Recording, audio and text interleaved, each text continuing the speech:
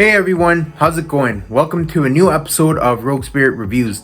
Today I'm going to be reviewing Strangers in Paradise Final Fantasy Origin. Now, I am a huge Final Fantasy fan. In fact, I really loved the older kind of style of games where, it was very simplistic in nature. The plot was really deep. The plot was very fascinating. You had amazing villains that just wanted to destroy the world. Classic Final Fantasy JRPG greatness. That's kind of what I love the most about the series. But ever since Final Fantasy 13 came into play, I don't know, my expectations have just kind of dwindled a bit. And I don't really get excited when a new game is announced. Final Fantasy 16, I'm not really getting my hopes up. Kingdom Hearts 4 looks fantastic, but again, I'm going to keep my expectations in check. Now, I don't really know what's going on at Square Enix, but back in the day, they made some of the greatest JRPGs ever, and they told the best stories in these games. So going into Stranger in Paradise Final Fantasy Origin, I didn't really know what to expect. Was this going to be a good classic Final Fantasy experience, or was this going to be another FF13? Well, I just had to check it out regardless, because hey, that's kind of my job here, is to review this game and let you the viewers know if it's worth your hard-earned cash, time, and money. So with all that said, guys, I hope you enjoy this video, and let's get right into it. Now, one thing I noticed right off the bat starting a new save game file is that this game, Final Fantasy Origin Stranger in Paradise, feels a lot like Dark Souls. You go around these 3D dungeon environments and run around and whack enemies and kill them, gain experience points or job level points in this game. But you know what? The game's difficulty is up there with Dark Souls. Now, it's not as challenging as Dark Souls or Elden Ring, not at all. But it is a challenging experience, so just note that before jumping into this experience. Now, you are given a number of potions which you can use to restore your HP in case it gets too low, and these enemies can honestly one-shot you if you're not careful. But the only way to restore the amount of potions that you can use to restore your health is to find the checkpoint or a magical cube, where basically when you touch it, it restores the HP points of all your characters, and from here you can also upgrade your job level. So by going into the job menu, you can use your skill points which you have acquired during combat, which you can then use to upgrade your skills, abilities, and stat bonuses. Now, one thing I really want to say that makes this game fantastic is the job system. Now, I'm so glad to see that the job system is back in a 3D Final Fantasy game, the last one being Final Fantasy 12 The Zodiac Age. I haven't played Final Fantasy 14 online, so I don't know anything about that. And what makes the combat system in this game so unique is that now you can equip two jobs at the same time, and you can change between them seamlessly on the fly. So if you press the triangle button, then you can basically switch from one job to the next job on the fly during combat. And some of these combinations can be pretty rad. For example, you can equip a white mage with a black mage and use magic spells to cause massive amounts of damage, or you can even equip, like, say, a dragoon with a monk. So you run in as a monk and you use these quick, fast, lightning speed combos to break your enemy's defense, and then you switch over to a dragoon and use the dragoon special to just jump in the air and just jump back down and cause massive amounts of damage. The only limits to this battle system is your imagination. I have to admit that exploring some of the dungeons in this game was really a good time. Some of them even make you think. It's not just a straight linear path. There are multiple ways you can tackle the mission. There are multiple rooms which lead to dead ends or treasure chests or difficult encounters, and sometimes you can even get lost, so you kind of have to pay attention to your surroundings. I really love this one area where it's kind of like a forest and you gotta change the weather. It really reminded me of Final Fantasy 13, and I can kind of swear that I heard the Final Fantasy 13 theme in that level, which was a really nice odd, despite me not liking that game as much, but I can appreciate it. Now let's talk about the main characters, because yeah, they do sound kind of bland, and the main character, Jack, I believe his name is, he sounds like super macho and high testosterone.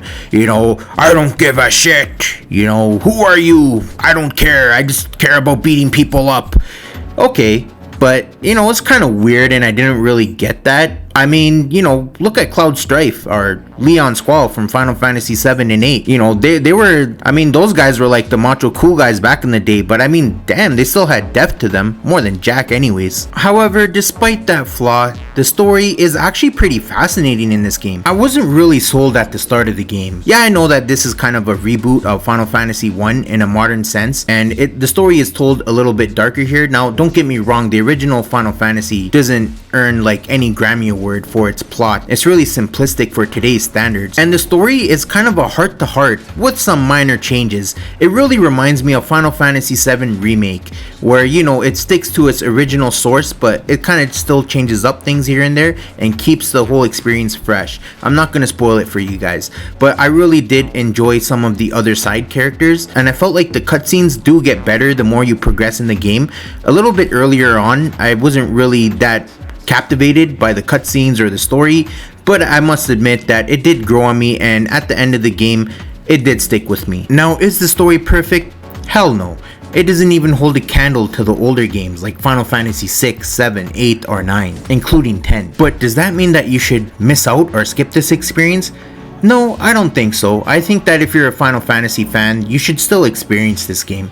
One thing I really enjoyed about this game are the boss fights. The boss fights are so well crafted. Don't get me wrong, they're not the best fights in the Final Fantasy series, but they do hold up quite well. Although I would say that the bosses in Final Fantasy VII Remake are a lot better, but in this game they're not that bad. You do have to stay on your toes. It does mainly evolve around you just running around and letting your party members attack the boss by going all out. Oh yeah, I forgot to mention that you can press left on the D-pad and right on the D-pad to command your party members to go all out and use their best offensive skills. And this really helps out during boss fights. Don't forget to do that. Just kind of lay low, put some heat on your party members, let them deal with the boss's wrath, and just run up behind the boss and just start laying critical hits, and the boss will be finished in no time. Now, I'm going to talk a little bit about the negatives here, and you know what? This has kind of been eating me on the inside a little bit. So, Final Fantasy, it's not really a linear experience in my opinion. Sure, we got the linear games like the Final Fantasy 13 series, but really Final Fantasy is all about being open world. I mean, think about it. The first Final Fantasy, it was an open world game back in the 1980s that blew Nintendo gamers' minds all over the world. Final Fantasy 4, it was an open world game. Final Fantasy 6, Final Fantasy 7, 8, 9. 10 was linear, sure, I'll admit that, but it was a very good linear game. The story really, held that game up to a high standard. But I really do think that this game should have been open world, because it's honestly a very linear, mission-based structured game. You basically have an overworld map where you can select which mission you want to tackle on top of the side missions that you can tackle. But you know what? I kind of wish that this was just a big, huge, expansive overworld, and I really feel like it's missing the spirit of the first Final Fantasy game in that aspect.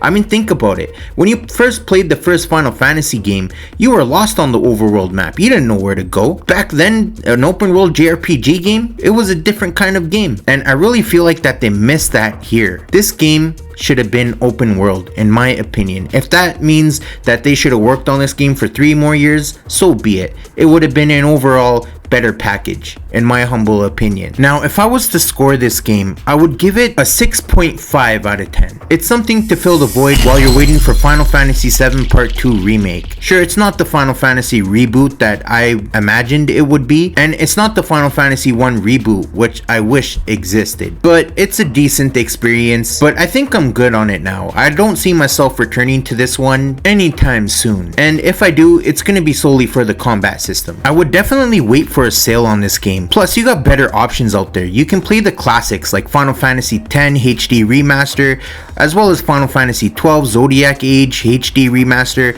and of course the fantastic Final Fantasy VII Remake on the PlayStation 5, instead of paying full price for Stranger in Paradise FF Origin. Well, I'm still glad that I got to experience this game, and I still recommend that the hardcore Final Fantasy fans check it out if they have to, but it's not a must purchase at day one. Wait for a sale if you can. Well, that's basically my thoughts on Stranger in Paradise Final Fantasy Origin. I still recommend the original Final Fantasy game over this game any day. And if you guys are interested, I reviewed that game as well, the Pixel Remaster version of course. So if you guys want to check it out, then you can check out my review on Final Fantasy 1 Pixel Remaster.